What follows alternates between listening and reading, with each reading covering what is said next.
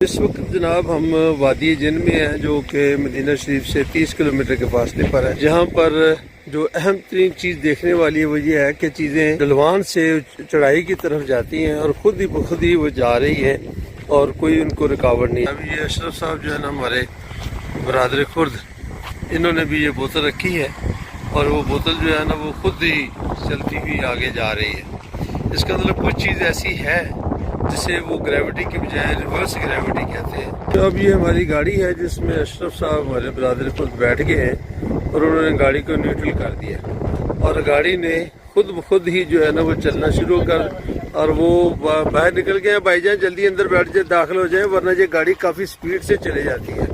بہرحال یہ اللہ تعالیٰ کے عجائبات میں سے ایک عجوبہ ہے۔ اس کی کیا وجہ ہے کیا نہیں ہے، میں نے جو پڑھا اس میں تو سائنسی وجہ تو نظر نہیں آتی، جنات کا کہتے ہیں، لیکن اس کی بھی کوئی تصدیق نہیں ہے۔